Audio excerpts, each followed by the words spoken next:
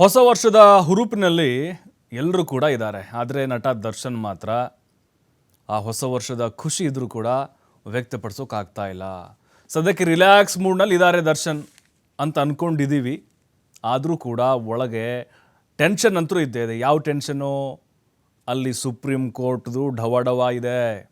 ಹೈಕೋರ್ಟ್ನಲ್ಲೇ regular bale ಸಿಕ್ತು.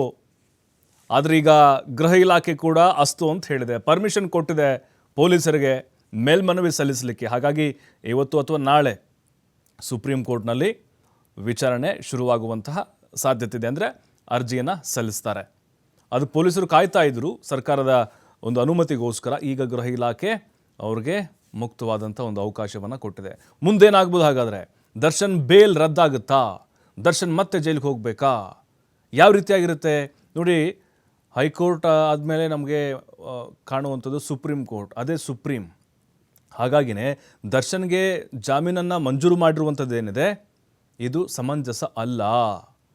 ಕೊಲೆ ಪ್ರಕರಣದಲ್ಲಿ ಅವರು ಪಾತ್ರಧಾರರಾಗಿದ್ದಾರೆ. ಅವರ ಪಾತ್ರ ಇದೆ, ಗಂಭೀರತೆ ಇದೆ. ಹೀಗಾಗಿ ಮತ್ತೆ ಅದು ಹೈಕೋರ್ಟ್ನಲ್ಲಿ ಯಾವ ರೀತಿ ವಿಚಾರಣೆ ನಡೆದಿತ್ತಲ್ವ ಅದೇ ಆಯಾಮದಲ್ಲಿ ನಡೆಯುತ್ತೆ.